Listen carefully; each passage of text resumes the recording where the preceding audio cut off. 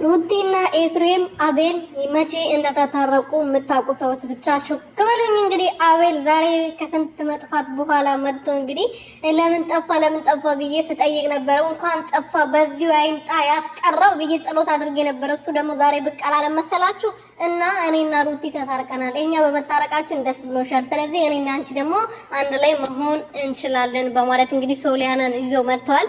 ሶሊያናም ተቀብላ እንግዲህ አብረን መሆን እንችላለን፣ ከዚህ በኋላ ማንም ህይወታችን ውስጥ አይገባም በማለት እንግዲህ በአቤል ቤት መጥተዋል ማለት ነው። ቻናሉ ግዴታ መንቀሳቀስ ነበረበት። ለዛ ነው ሶሊያናን ይዘዋት የመጣው።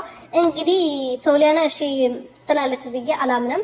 በተለይ ደግሞ እዩዬ ይሄን ነገር በሙሉ እያየ እንደዚህ ክፉ ሰው በመሆኑ የሰውን ህይወት እያመሰቀለ የሰውን ትዳር እያመሰቃቀለ እንደዚህ እያዩ እሺ ብሎ እታቸውን አሳልፎ ለሷ ይሰጧታል ብዬ አላስብም። እኔ ምሬን ነው። እና ሰላም ቤተሰቦቼ እንዴት ናችሁልኝ? እኔ በጣም ደህና ነኝ፣ እግዚአብሔር ይመስገን። በያላችሁበት ሰላማችሁ ብዝት ትርፍርፍ ይበልልኝ። ለዚህ ቤት ለዚህ ቻናል አዲስ ሲሆናችሁ ሰብስክራይብ፣ ሼር፣ ላይክ እያደረጋችሁ ቤተሰብ እንድትሆኑ በትህትና እየጠየቅኩኝ እንግዲህ አቤልና ሶሊያና በአዲስ ነገር ተታርቀናል፣ ሰላም ሆነናል፣ ሰላም ፈጥረናል ብለው መጥተዋል። አቤል በመጥፋቱ ሚዲያው ቀለል ብሎት ደስ ብሎኝ ነበረ። በቃ በዚህ ያስቀረው እንዴ ማርታና እሱ ተያይዘው ገቡ እንዴ እያልኩ ነበር እኔ ራሱ ማለት ነውና አቤል በጣም ታሞ ነበረ። ያው ሕክምና የሆነ ሃይማኖት ካለው ቸርች የሚሆን ጸበል የሚሆን ያስፈልገው ነበረ።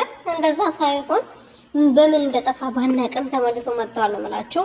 ሲመጣ ደግሞ ማርታዬ ባይ ያው እንደዚሁ ማነች ሄርሜላ መሰናበቷ የማይቀር ነገር ነው። በቅርቡ ጠብቆ ነው የምላችሁ። ሁላቸውም ይጠፋሉ የሄርሜላ ዘሮች።